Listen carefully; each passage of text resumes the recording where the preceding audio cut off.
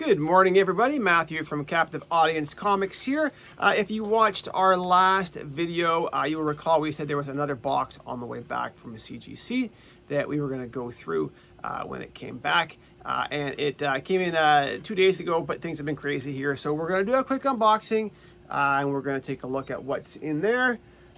We've been having some shipping issues with CGC, not around the packaging, just around the way that they're sort of billing and doing shipments coming back for us. So we've been dealing with that stuff. Let me just get totally screens in the background. So I did notice that this box does have some damage on it. Now, this is why one of the reasons we do these unboxings is so we have a sort of video document. You can see that the actual box itself is torn in here. It looks like it took a significant impact on the side of the box.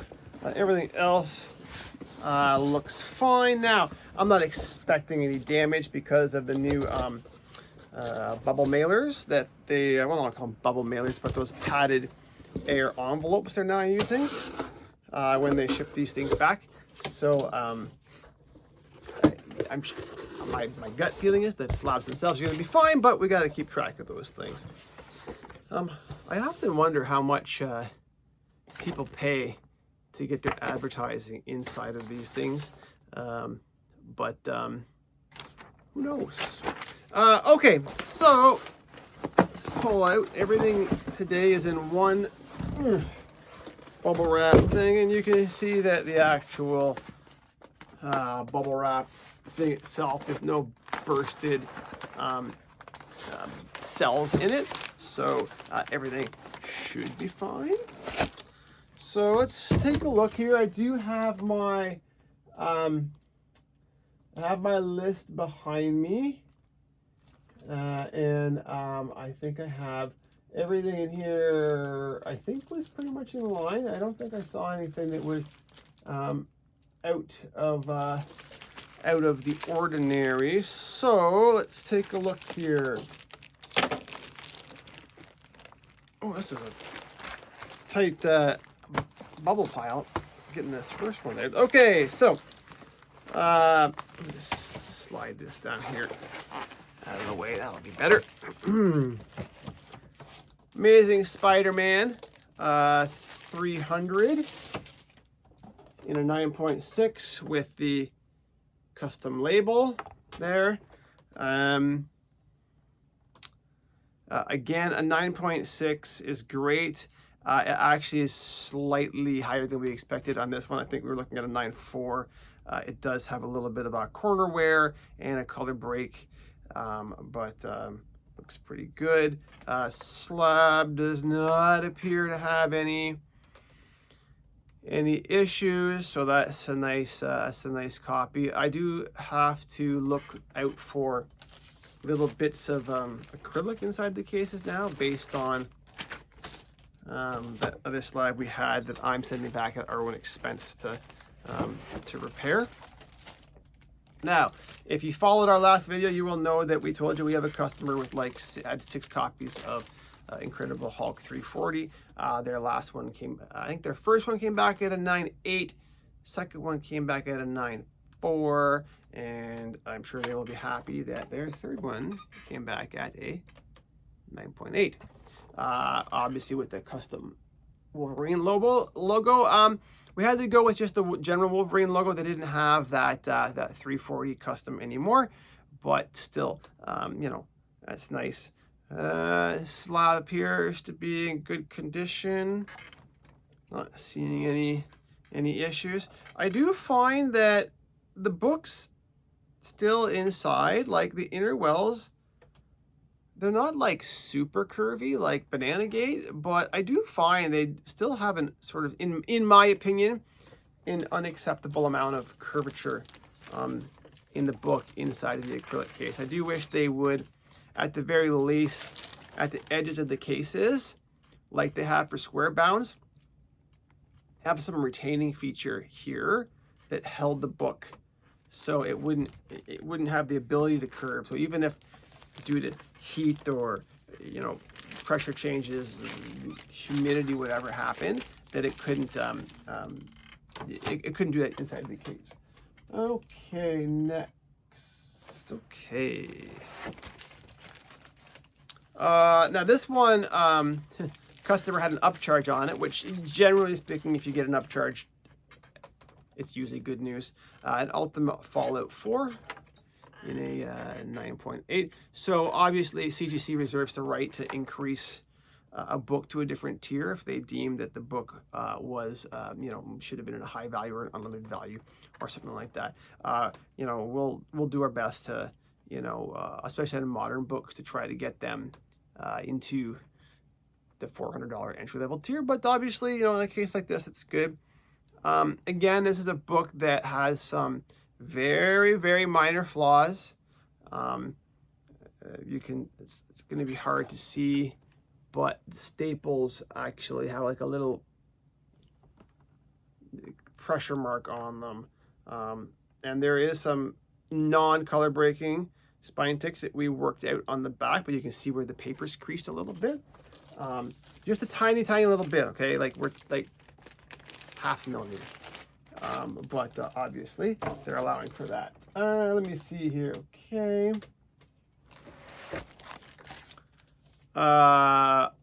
X-Men 134 newsstand edition in a 9.4, which I think that is more than reasonable. There are at least 2 color breaking spine ticks on this book, a little bit of corner wear, so I think a 9.4 is accurate on this book, but still an excellent grade on a newsstand edition for sure.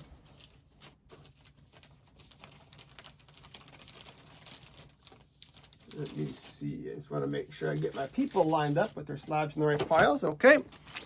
Next is Gru the Wanderer number 1. Now this is the CPV, okay, in an 8.5. Now this book probably would not have been worth grading at an 8.5 except that it was a CPV. It has several, 1, 2, 3, 4, 5, 6, 7, 8 color breaking spine ticks. Now, they're not big color breaking spine ticks. One that's actually, or you could argue it's turning into a small crease. Obviously, several on the back. This would be a case where you can't just count up the flaws and be like, oh, that's a 0.1, 0.2, 0.3, 0.4, you have to sort of look at them as a set, not as individual elements.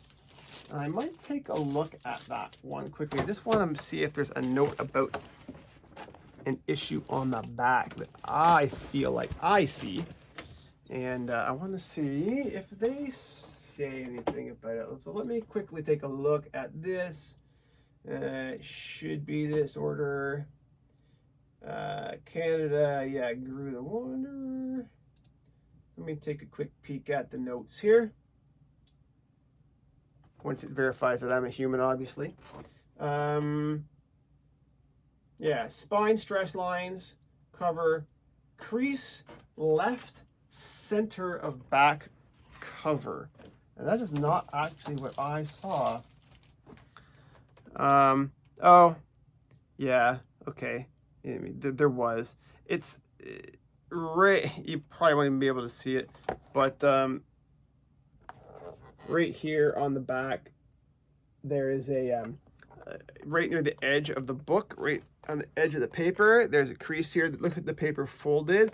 There might have been some overhang on the book. Yeah, there is. There's overhang on the book, for sure.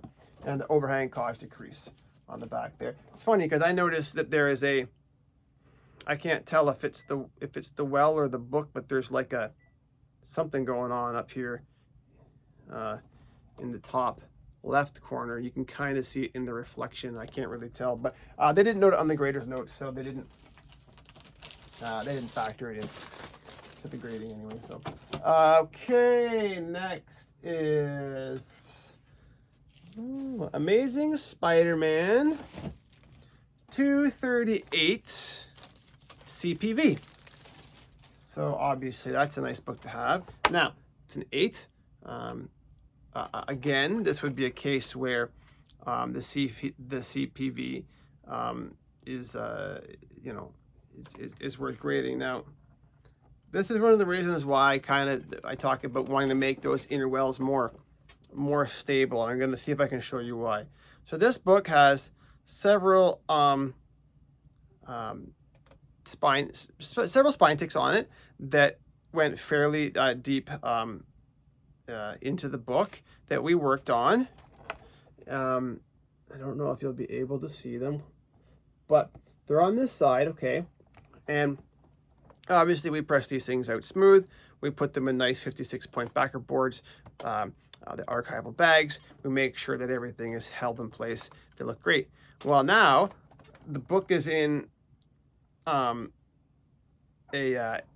inner well, and I don't know if you'll be able to see this, but the inner well has a slight upward curve, and that upward curve takes those, I don't know if my hands will do it, but when those spine stress lines are flat and you curve the book like this, you buckle the book into the old stress lines. And of course, now you can see where they are on the book. Now, they were kind of color breaking before, a couple of them were color breaking before, so it wouldn't have made a difference.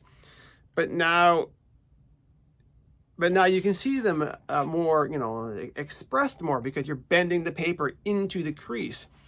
And someone else might come along and be like, "Oh, wow, geez, look at this. This is, it's overgraded, or it wasn't graded right, or whatever." And the fact is that these flaws were probably accounted for while it was flat, because they do the grading obviously before encapsulation, so it was graded while it was flat, and then some of this stuff is being reintroduced. So their encapsulation process is reintroducing flaws that have been fixed. Paper has everyone will tell you, paper has a memory. You have a weak spot, fold a piece of paper, crease it, uncrease it, make it flat again. You always have a weak point in that paper. It's the same thing with cleaning and pressing. That's why it's important to stabilize that paper, stabilize the book after the work is done, and to keep it in that position as much as possible. It's also why square bounds actually tend to look better long-term after cleaning and pressing as well, because obviously there's more rigidity in the spine. It helps hold everything in place, especially with new papers and things like that. Now, these next 4 are books that we sent in. They're all 9.8s. These are just more Berserker books. Berserker has been optioned. It is going to get, it's going to get made one day. I really liked the series before it was even optioned. I'm a big fan of Keanu Reeves, not just from his movies, but just as generally speaking, as a person who values the fan base and really goes the extra mile on everything that he does. Super nice dude. So we have quite a few copies of various variants or whatever of Berserker #1 graded already in 9.8s. I have a bunch more that'll get sent out eventually as well. So thank you very much. That's everything for today, and we'll see you on the next one. Ciao.